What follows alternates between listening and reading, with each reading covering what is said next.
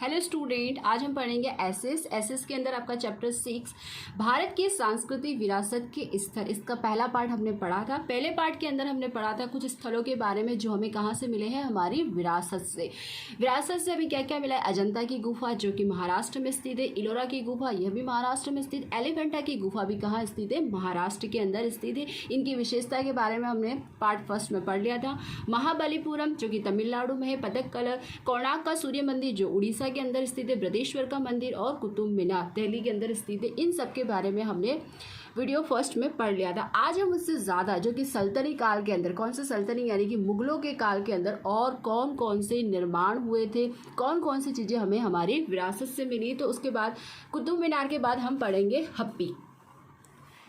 हम्पी कर्नाटक राज्य के बेल्लारी जिले के हॉसपोर्ट तहसील में स्थित है। हम्पी विजयनगर साम्राज्य की राजधानी है।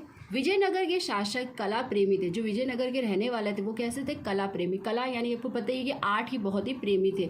उनके शासनकाल में विजयनगर राज्य में स्थापत्य की विशिष्ट शैली का विकास हुआ था। कृष्णदेव राय प्रथम के समय यह स्थापत्य शैली सर्वोच्च शिखर पर पहुंची। जैसे आपको पता है कि पुराने समय में क्या होते थे, जितने भी राजा महाराजा हुआ करते या शासक हुआ करते थे वो किसके स्थापत्य कला की बहुत ही क्या हुआ करते थे, प्रेमी हुआ करते थे। विजयनगर स्थापत्य शैली की मुख्य विशेषता यह है, यहाँ की यानी कि जो हम्पी है विजयनगर में स्थित है, उसकी प्रमुख विशेषता ये है कि ये पत्थरों को तराश कर बनाया गया है। भव्य और ऊंचा कलात्मक स्तंभ है। स्तंभ में स्तन वालियों में देवों, मनुष्य, पशु, योद्धा, नर्तकी वगैरह के अत्यंत ही सुंदर और कलात्मक शिल्प तराशे गए हैं। यहाँ पर जो बनाए गए स्तंभ उसके अंदर मनुष्य के, पशुओं के, योद्धा और तरह की अन्य के क्या है, सुंदर सुंदर चित्र यहाँ पर बनाए गए, जो किस पे बनाए गए, पत्थरों को तराश कर। विजयनगर साम्राज्य में हम्पी नगर के कृष्णदेव राय के समय में विट्ठल मंदिर और हजार राम मंदिर का भी निर्माण हुआ था। इनके समय में इनका भी निर्माण हुआ था। इसके उपरांत यहाँ विरूपाक्ष का मंदिर, श्री कृष्ण का मंदिर और अच्युतराव के मंदिर भी यहाँ आए हुए हैं। नेक्स्ट हम पढ़ेंगे हुमायूं का मकबरा। हुमायूं का मकबरा दिल्ली में स्थित है। ये मुगल कालीन स्थापत्य का श्रेष्ठ उदाहरण है। ये मुगल समय का सबसे सुंदर श्रेष्ठ उदाहरण कौन सा है, हुमायूं का मकबरा। हुमायूं की मृत्यु के बाद उसकी पत्नी हमीदा बेगम ने इस मकबरे का क्या करवाया था, निर्माण कराया था। जब हुमायूं की मृत्यु हो गई तो उनकी पत्नी ने क्या किया था, हुमायूं मकबरा का निर्माण करवाया था। मकबरे का निर्माण ईरानी शैली में हुआ था, जिसमें लाल पत्थर के साथ साथ सफेद पत्थर का भी क्या किया था, उपयोग किया गया। अब नेक्स्ट हम पढ़ेंगे आगरा का किला। आगरा कहाँ स्थित है, उत्तर प्रदेश में। उत्तर प्रदेश के आगरा शहर में स्थित यह किला लाल पत्थरों से बना है, इसलिए इसे लाल किले के नाम से भी जाना जाता है। इस किले का निर्माण अकबर ने करवाया। आगरा के किले का निर्माण किसने करवाया, अकबर ने। कब करवाया था, 1565 में। आगरे के किले पर हिंदू ईरानी शैली के स्पष्ट प्रभाव दिखाई देता है। इस किले की दीवारें 70 फुट क्या है, ऊंची है। किले का घेरा यानी कि जो नीचे का जो घेरा है वो क्या है, 1.5 मील है। उसके निर्माण में लाल पत्थर इस तरह कुशलतापूर्वक जोड़े गए कि दीवारों में कहीं भी दरारें नहीं दिखाई देती। अकबर ने किले के अंदर जहांगीर का महल, जहांगीर इनके पुत्र हुआ करते थे, जहांगीर महल में गुजराती और बंगाली शैली के स्थापत्य का प्रभाव भी स्पष्ट रूप से दिखाई देता। शाहजहां ने अपने जीवन के, शाहजहां थे जहांगीर जो पुत्र थे शाहजहां, इन्होंने अपने जीवन के अंतिम क्षण कहाँ बिताए थे, आगरा के किले में। और नेक्स्ट हमारा है ताजमहल, जिससे आप सभी क्या है, परिचित है।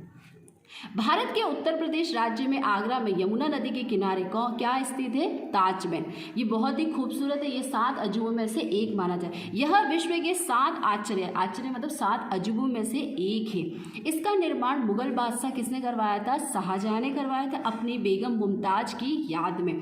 सन 1630 में मुमताज महल की मृत्यु के बाद, यानी कि जब मुमताज की क्या हो गई थी, मृत्यु हो गई थी, तो मृत्यु के पश्चात उन्होंने 1631 में इस ताजमहल का क्या करवाया था, निर्माण कार्य शुरू करवाया था। 22 वर्ष के बाद सन 1653 में ताजमहल का क्या हुआ था, निर्माण हुआ था। इस ताजमहल को बनाने में कितना समय लगा था, 22 वर्ष। और किसने बनवाया था, शाहजहां ने। किसके लिए, अपनी बेगम मुमताज के लिए। शाहजहां ने ताजमहल का निर्माण कार्य में भारत के कुशल शिल्पकार जो होते हैं पत्थरों से तराश के बनाते हैं, उन्हें क्या कहते हैं, शिल्पकार के उपरांत ईरानी, अरबी, तुर्की, यूरोपीय शिल्पकारों को भी क्या करवाया था, लगाया था। इस ताजमहल को बनाने के लिए अलग अलग जो आए थे कारीगर जो थे वो अलग अलग कुशल शिल्पकार थे। शाहजहां की इच्छा थी कि संसार के आदित्य मकबरों में ताजमहल की भी गणना हो, इसके लिए उसके द्वारा मुमताज महल का नाम जगत भर में क्या हो, अमर हो। आप सभी को पता है कि अभी ताजमहल जो सबसे फेमस है और उसी की वजह से क्या है, आज भी क्या है, अमर है। ये संपूर्ण इमारत उत्तर से दक्षिण की ओर आयताकार में फैली हुई है। जो ताजमहल है वो किस रूप में देखने को मिलता है? आयताकार के रूप में। ताजमहल के मध्य में मुमताज की कब्र है और उसके चारों ओर खूब सुंदर अष्टकोणी क्या है? जाली है। उसके मेहरबान में एक उल्टी पंक्ति लिखी है, स्वर्ग में पवित्र दिलों का क्या है? स्वागत है। जहाँ ये मुमताज की कब्र है वहाँ पर एक पंक्ति लिखी गई है कि स्वर्ग में क्या है? पवित्र दिलों का स्वागत है।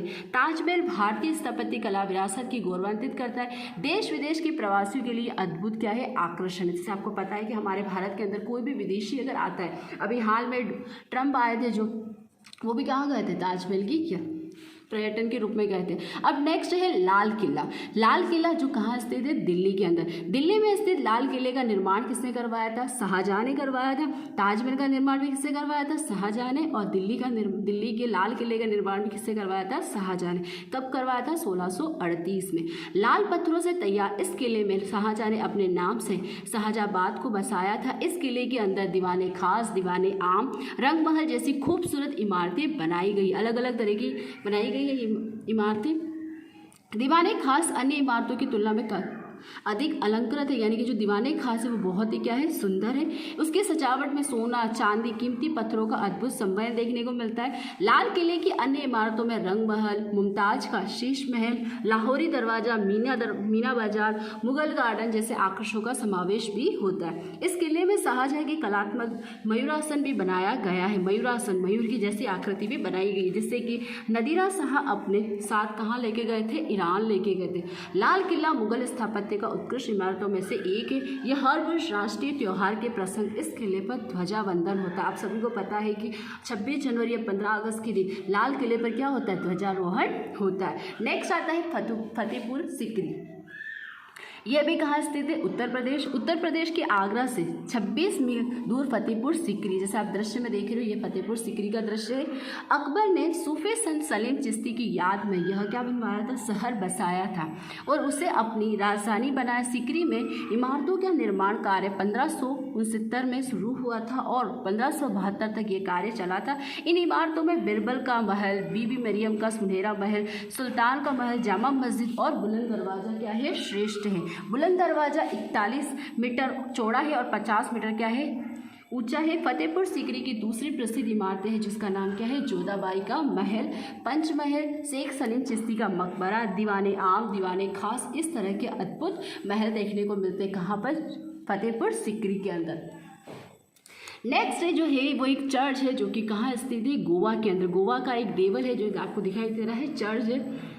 पुर्तगालियों के साथ ईसाई धर्म के धर्मगुरु भी भारत में आए थे। पुर्तगाली जो प्रथम जो हमारे भारत देश के अंदर आए थे वो कौन थे? पुर्तगाली। जो उस टाइम उन्होंने क्या किया था? ईसाई धर्म के धर्मगुरु भारत में आए थे। गोवा पुर्तगालियों की क्या हुआ करती थी? राजधानी हुआ करती। यहाँ बैसालिक ऑफ बॉम जस्टिस या बैसालिक ऑफ गुड जस्टिस देवल चर्च पुराने गोवा में आए हुए। यहाँ सेंट फ्रांसिस जेवियर का पार्थिव शरीर सुरक्षित ढंग से रखा गया है। कई वर्षों के बाद उनका पार्थिव से मतलब जो बच्चा मृत शरीर होता है उसकी विकृति नहीं हुई।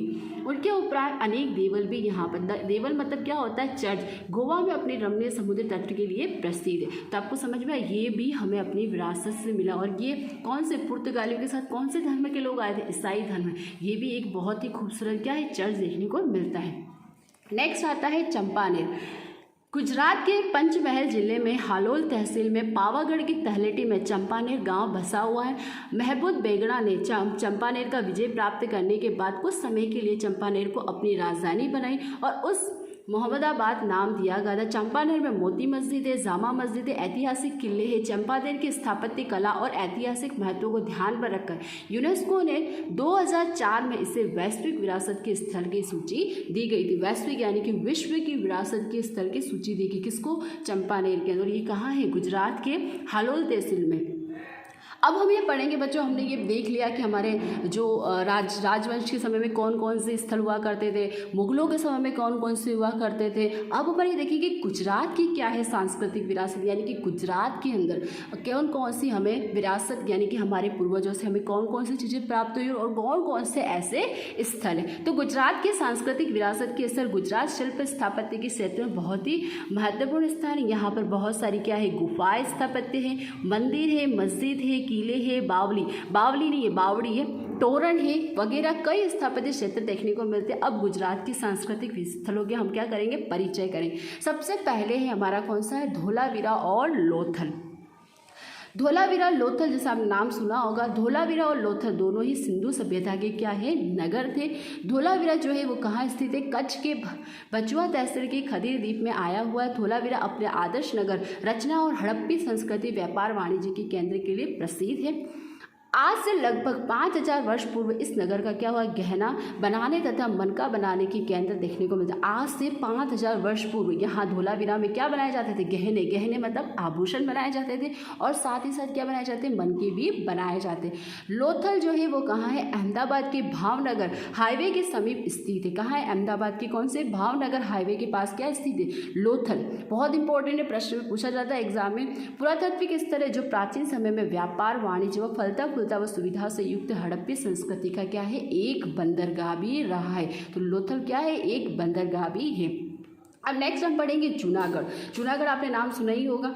जूनागढ़ में अशोक के शिलालेख, खापर कोडिया की बौद्ध गुफाएं, ऊपरकोटा जैन मंदिर, दामोदर कुंड, अड़ीकड़ी की बावली, पुराने राजमहल, नवगढ़ कुआं, महतब खान का मकबरा, बाहुद्दीन वजीर का मकबरा आदि बहुत ही क्या है, दर्शनीय स्थल है। देखो यहाँ पर दे रखा है, बाहुद्दीन वजीर का मकबरा दिखाई दे रहा है, जो कहाँ स्थित है, जूनागढ़ के अंदर स्थित। महाशिवरात्रि के दिन यहाँ पर गिरनार की तलहटी पर भवनाथ का क्या लगाया जाता है, विशाल मेले लगाए जाते हैं। तो अभी आपने देखा गुजरात की सांस्कृतिक विरासत में हमने क्या देखा, धोलावीरा जो कि हमें हमारी विरासत से मिला है, और एक क्या था, जूनागढ़।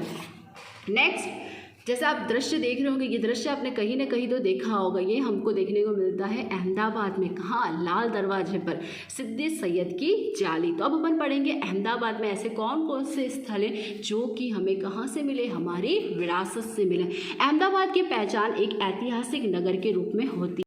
अहमदाबाद की पहचान ऐतिहासिक नगर के रूप में होती है। अहमदाबाद में भद्रकाली, जामा मस्जिद, रानी शिप्री की मस्जिद, सरखेज का रोजा, काकरिया तालाब, झूलती मीनार, सिद्दी सैयद की जाली, हटी सीगा देवरा, रानी रूपमती की मस्जिद आदि दर्शनीय क्या है, स्थापत्य कला के रूप में हमें अहमदाबाद में देखने को मिलते हैं।